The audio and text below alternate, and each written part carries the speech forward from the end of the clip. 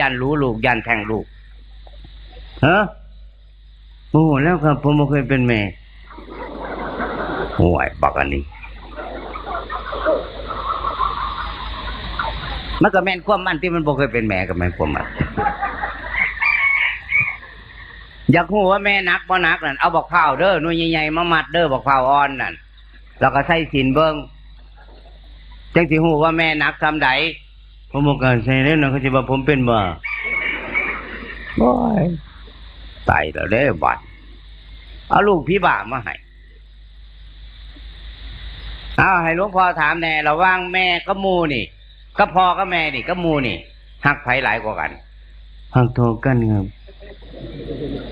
สิไปหักทอกันจังไดหมู่มันบ่ได้เลี้ยงมันก็เลี้ยงอยู่มันเลี้ยงเราโอ้ยเว้ยมันก็แม่นความมัน